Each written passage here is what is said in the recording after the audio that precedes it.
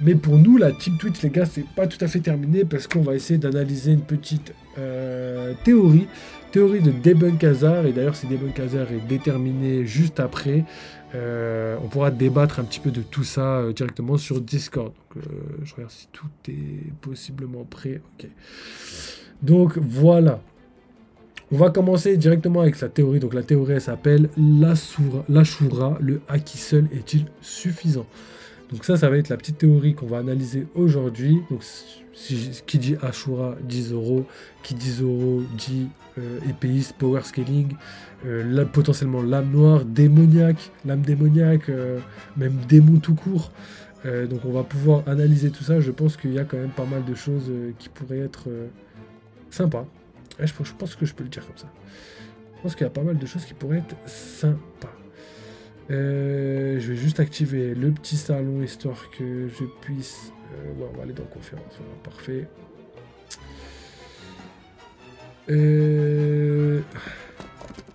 Et comme ça, après, j'inviterai... comment il s'appelle notre ami... Debunk Hazard, pardon, qui va nous rejoindre tout à l'heure. Juste, je vais regarder que tout va bien. Ok. Donc c'est parti les gars, je vais vous mettre la cam. J'espère que vous êtes bien prêts les gars. Donc voilà la petite théorie. Donc comme d'habitude, je vais faire un petit truc histoire que vous puissiez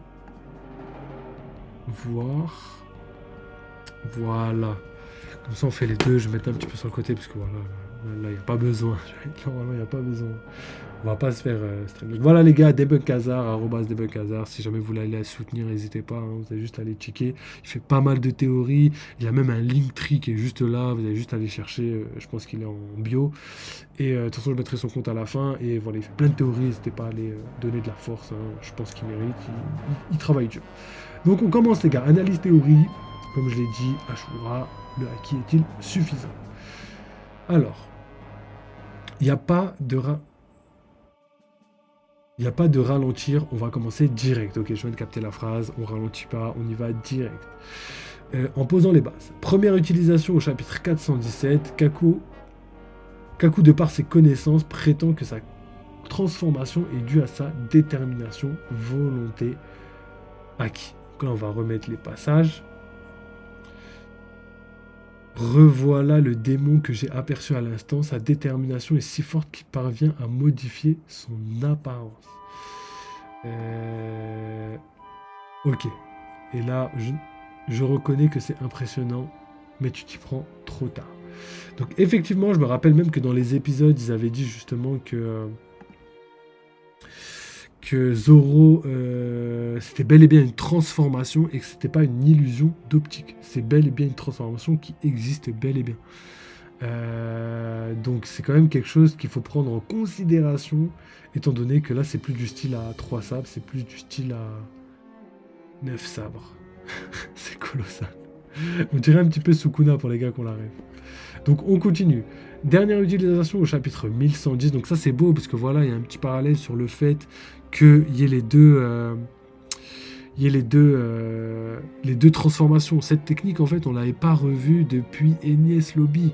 C'est-à-dire que Enies Lobby, il y a eu 20 000 arcs entre temps. Il y a eu Marineford. Après il n'était pas Marineford mais il y a eu plein d'arcs, Dressrosa, tout ça, il y avait Zou, il y avait tellement d'occasions de pouvoir l'utiliser, mais il ne l'a pas utilisé, et ça c'est énorme. Ça c'est énorme. Ah si, je crois qu'il l'a utilisé une fois à Shabonji, je viens de m'en souvenir, pardon. Donc, il l'a réutilisé, mais ça faisait très très longtemps qu'on ne l'avait pas vu. Ensuite, après l'attaque de Kaido, donc après l'attaque, Kaido demande à Zoro s'il utilise le haki des rois. Zoro répond que c'est sa plus puissante technique et ne sait pas de quoi il parle. Donc, effectivement, je pense pas qu'il maîtrisait le haki des rois à l'ancienne et que cette technique est liée réellement au haki des rois à cause du fait que voilà, sinon ça voudrait dire que depuis Enies Lobby j'utilise le haki des rois, ce serait complètement je dirais absurde, vraiment absurde dans le sens où même Luffy, en plus là c'est du haki revêti, c'est vraiment le step suivant, tu vois, par exemple Doflamingo maîtrisait le haki des rois mais il savait pas le revêtir. Donc le fait qu'il puisse l'utiliser avant et que les deux techniques soient liées vraiment très précisément, malheureusement personnellement je doute. Mais comme je dis à chaque fois c'est que mon avis.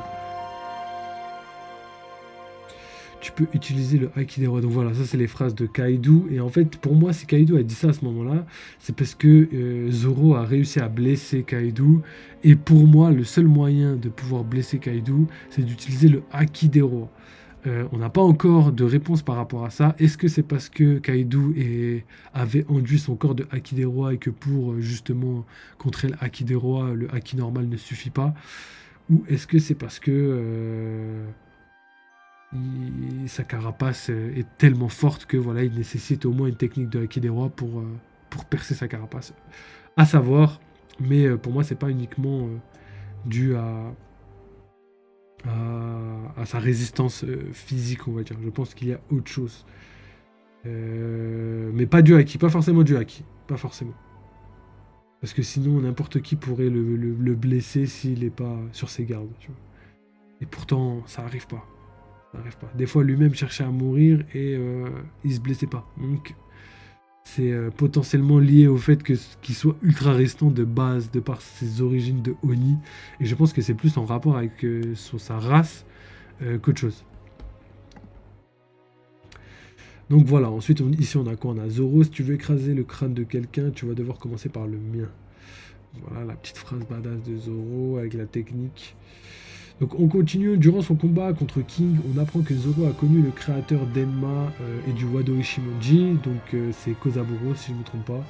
Ce dernier nous apprend que les lames ont leur propre volonté, personnalité, et que c'est à l'épéiste de la plier à sa volonté.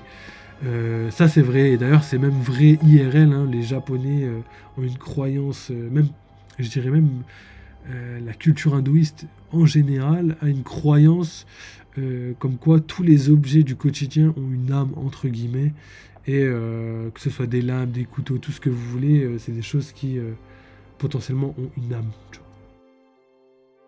Ce dernier nous apprend donc que les lames ont leur propre personnalité, leur propre volonté. Une épée a sa propre personnalité et c'est à l'épéiste de maîtriser et de la plier à sa volonté.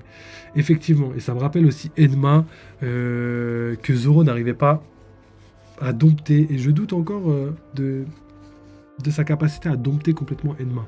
On ne l'a pas vu dans cet arc perdre tout son bras, toute sa force. Mais je pense que c'est pas impossible que Enma lui fasse encore un petit peu... en le faisant un petit peu galérer, tu vois.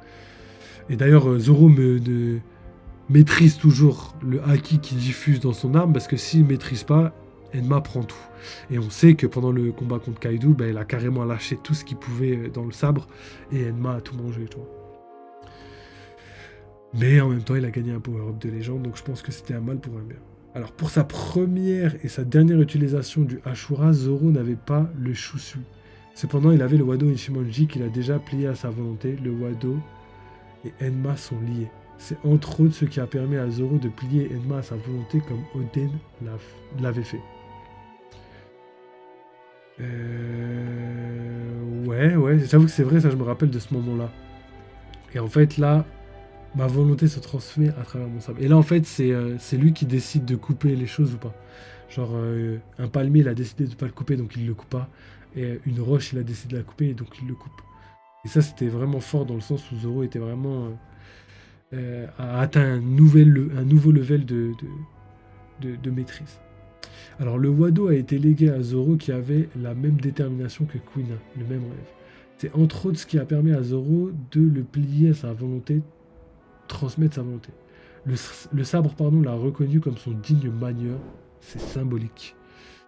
Oui, je pense que oui. Je pense que oui. Après, je pense que le Wado, c'est pas une lame. C'est une lame, mais qui qui a pas les mêmes caractéristiques que Enma, par exemple, tu vois. Enma, ça se voit que c'est une lame, je dirais pas une lame démoniaque, mais elle a vraiment les mêmes traits de caractère qu'une lame démoniaque.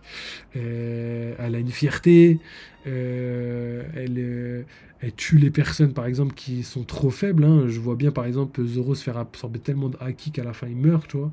Bon, ça se passera pas, mais si t'es pas assez puissant, Enma, elle te bouffe, tu vois, je pense.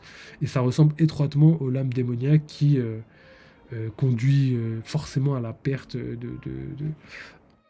la vie de la personne qui la manie si la personne n'en est pas digne.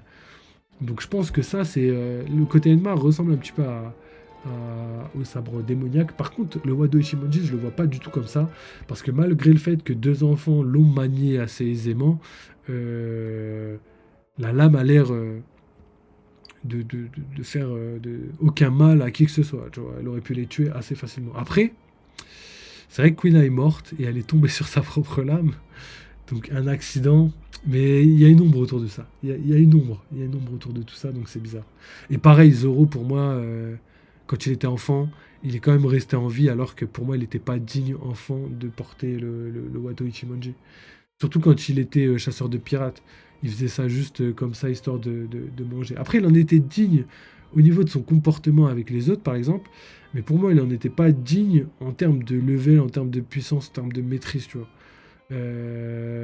Par exemple, Kozaburo a créé Enma, et Enma, elle ne se serait jamais laissée manier par un enfant, par exemple, ou même un ado.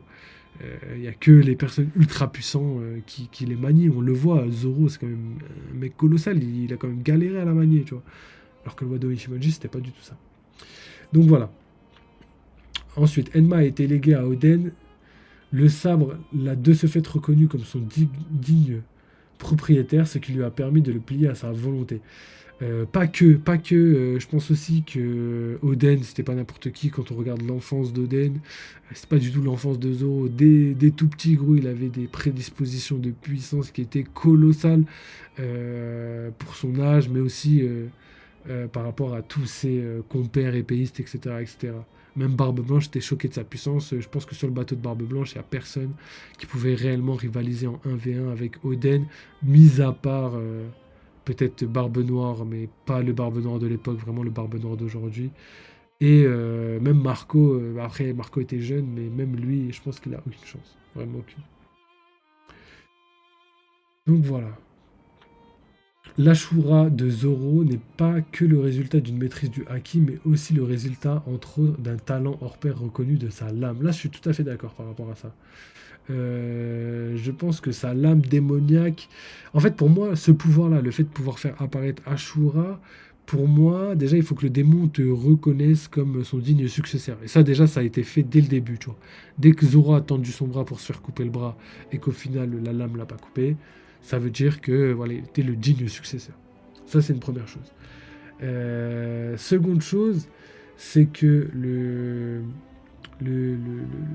Kitetsu, à un moment donné, Zoro, il était d'un côté entre la vie et la mort, mais aussi il était blessé, il avait subi des dégâts et tout. On se rappelle du combat où il utilisait Usopp comme arme. C'était un peu compliqué. Mais dans tous les cas, le résultat est le même dans le sens où sa lame, même sa lame a décidé de se manifester. C'est plus comme ça que je le vois. Je pense que sa lame a décidé de se manifester au moment où Zoro en avait besoin d'une part, mais aussi avait besoin d'une certaine puissance. C'est-à-dire que là, il avait tout pour être plus fort, mais potentiellement que la lame ne voulait... Un petit peu comme Kyuubi et Naruto, tu vois. Où Kyuubi, au début, il donnait de la puissance, mais en mode vite fait, et qu'après, ils se sont liés d'amitié d'une certaine manière, et qu'après, voilà, Naruto pouvait utiliser tranquillement tout le chakra dont il avait, dont il disposait, tout simplement. Et quand on prend ça en compte, on peut se dire facilement que à ce moment-là de l'œuvre, Zoro et le Ashura, en tout cas le Kitetsu, ont commencé à atteindre un level de synchronisation, j'ai envie de dire, qui était suffisant pour pouvoir faire apparaître, pour faire se manifester le sabre de notre ami, quoi. Enfin, pas le sabre, mais plutôt le démon du Kitetsu, du sabre, justement.